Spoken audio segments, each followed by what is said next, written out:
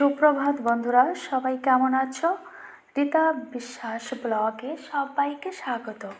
আশা করছি সবাই ভালো আছো আর আমরাও খুব ভালো আছি। বন্ধুরা, প্রতিদিনের মতো আজকেও একটা নতুন ভিডিও নিয়ে চলে এসেছি।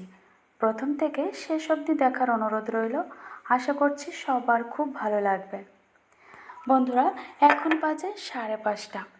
প্রতিদিন সকাল 5টার সময় উঠে হাঁটতে যাই, কিন্তু এখন বৃষ্টি হচ্ছে, ঝিরিঝিরি বৃষ্টি হচ্ছে, সারা রাত ধরে বৃষ্টি হয়েছে, যার জন্য ঘুম থেকে উঠে আজকে আর বেরোয়নি।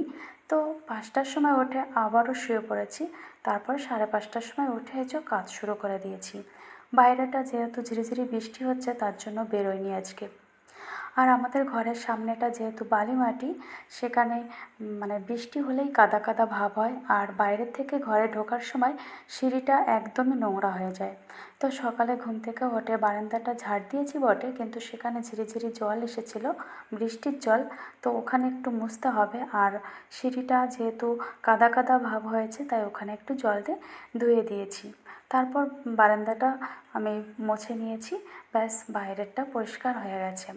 এবার ঘরটা পরিষ্কার করছি, ঘরটা ঝাড় দিচ্ছি। সকালে উঠে তো ঘর ঝাড় দিতে হয়, তো ঘরটা ঝাড় দিয়ে তারপরে শাশুড়ি মা বললো রান্নার সব কিছু একটু গোছাতে হবে, রান্নাটা সকাল সকাল করতে হবে। তো শাশুড়ি মা ঘুম থেকে উঠে আগে কাঁঠাল ইঁচড় কেটে নিয়েছে। আমি ইঁচড়টা কাটতে পারি না, তা শাশুড়ি মা কেটেছে, আমি একটু হেল্প করেছিলাম। তারপর শাশুড়ি মা রান্না বসিয়ে দিয়েছে, আর আমি সব কিছু কেটে দিচ্ছি রান্নার জিনিস।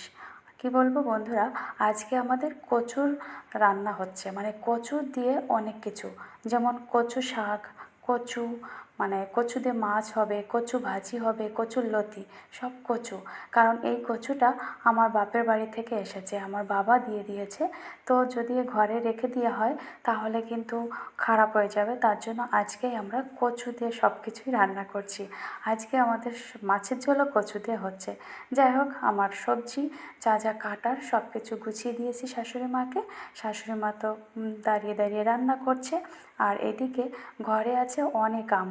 বাবার বাড়ি থেকে আম এসেছে, এদিকে শ্বশুরমশাই অনেক আম কিনেছে। কিছু আম পচে যাচ্ছে, নষ্ট হচ্ছে। তো শাশুড়ি মা বলছে যে আমগুলো আছে সব দেখো ভালো করে, ওর ভিতর যদি নষ্ট থাকে তাহলে সেগুলো কেটে রাখো। তো তাই আমি করছিলাম যে ঝুড়ির মধ্যে পচা বা খারাপ বা বেশি পেকে গেছে এরকম আম আছে কিনা। পচে গেলে তো সেটা ফেলে দেব, বেশি পেকে গেলে ভালো থাকলে সেটাকে রেখে দেব খাওয়ার জন্য। তারপরে এদিকে রান্নাও হচ্ছে, ভাতটাও দুপুরে যে ভাতটা একবারে বসিয়ে দেওয়া হয়েছে, আর সকালের যে রান্না বান্না সব হয়ে গেছে। তো সবাইকে খেতে দিয়েছি, আমিও খেয়েছি, ছেলেকেও খাইয়ে দিয়েছি। তারপরে এই যে দেখো বন্ধুরা, রান্নাঘরটা পরিষ্কার করছি। যেহেতু একবারে আমাদের রান্না করা হয়, তাই রান্নাঘরটা তো পরিষ্কার করতেই হয়, একটু নোংরা হয়, তাই না? তো এই যে রান্নাঘরটা, তাই খাওয়ার পরে সব থালা বাসন কলপারে নিয়ে নিয়েছি।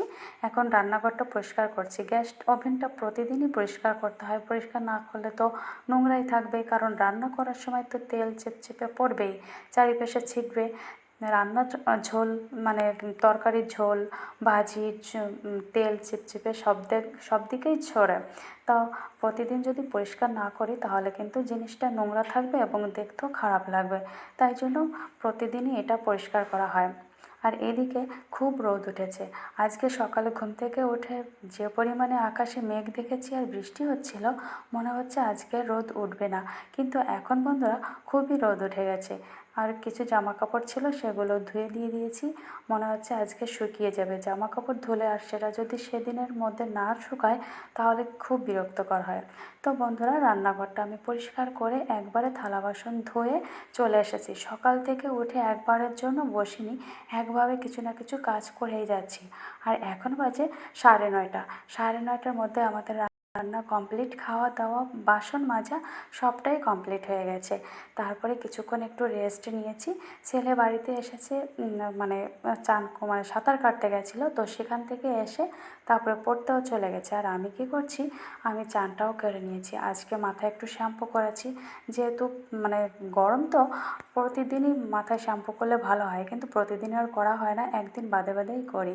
তো দেখো বন্ধুরা, চান টান করে ফ্রেশ হয়ে চলে এসেছি ছাদে। এখন আমি পুজো করব। এদিকে শাশুড়ি মা সকাল সকাল মানে ঠাকুরঘরের বাসন সব কিছুই মুছে পরিষ্কার করে রেখে দিয়েছে।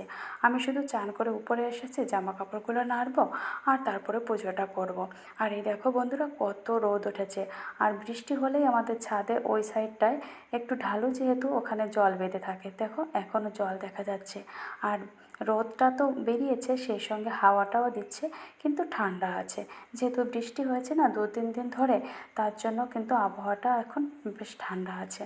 তো দেখো বন্ধুরা, আমি ঠাকুরঘরে চলে এসেছি আর এখন পুজো করতে বসবো। আর আমাদের গাছে প্রচুর ফুল ফোটে, কিন্তু গাছটা যেখানে আছে সেখানে এত জঙ্গল হয়ে গেছে, আর বৃষ্টি হয়েছে যেহেতু জোক হয়ে গেছে, তো সেখানে সবারই যেতে ভয় লাগে।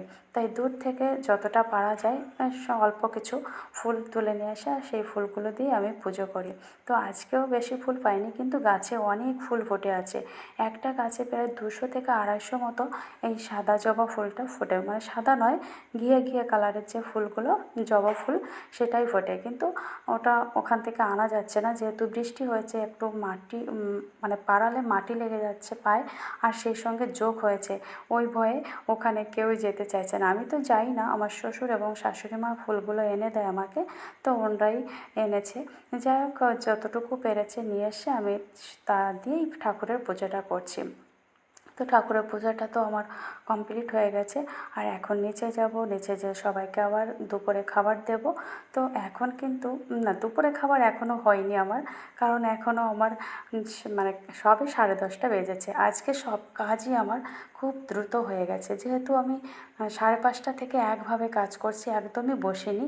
তাই জন্য মানে আমার 11টার মধ্যে সব কাজ কমপ্লিট হয়ে গেছে। এখন সারা দিন আমার শুয়ে থাকতে হবে, হয় বসে থাকতে হবে, নয় ফোন দেখতে হবে, এইসবই কাজ করব।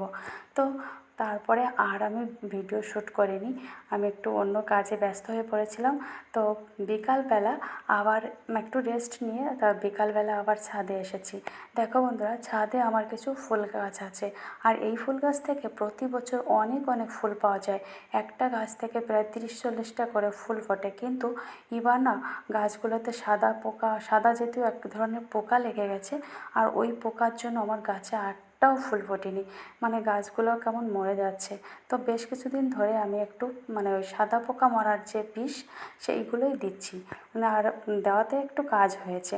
তারপর দেখো বন্ধুরা, আমার ছেলে, ননদের ছেলে, ওরা ছাদে উঠে লাফালাফি হুড়োহুড়ি করছিল, তো ওদের একটু বকা দিয়েছি, তারপরে নিচে নামিয়ে নিয়ে এসেছি, আর সন্ধ্যা দিয়ে একবারে নিচে চলে এসেছি।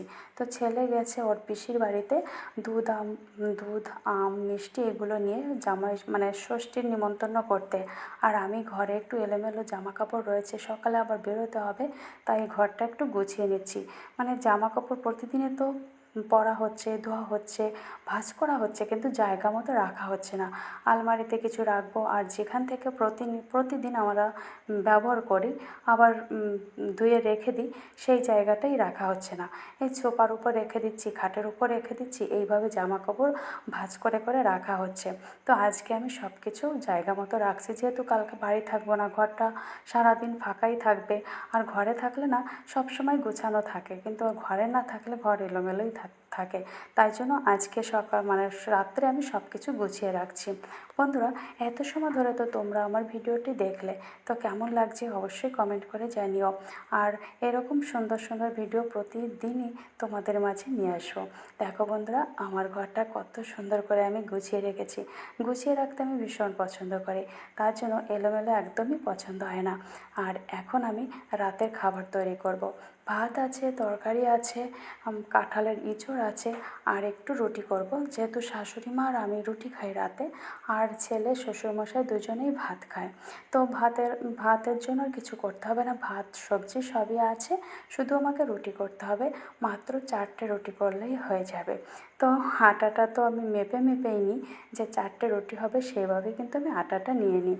তো আমার আটা মেখে বেলে একবারে নিয়ে এসে, যেহেতু 4টে রুটি, তাই এইভাবে নিয়ে এসে, আর রান্নাঘরে মানে রুটি বানাতে আমার কষ্ট হয় না, কষ্ট হয় কখন জানো তো, যখন আমি রুটিটা ছেঁকি তখন যে গুঁড়ি গুঁড়ি চারিপাশে পড়ে, এই যে ওভেনের চারিপাশে, পরিষ্কার ওভেনটা একদম নোংরা হয়ে যায়, তখন খুব খারাপ লাগে। কি করা যাবে, খেতে হলে তো করতে হবে, তাই না? তারপরে আমরা সবাই খাওয়া দাওয়া করে এই যে চলে এসেছি, এখন বাজে 10:30, আর ছেলেকে আবার পড়াবো।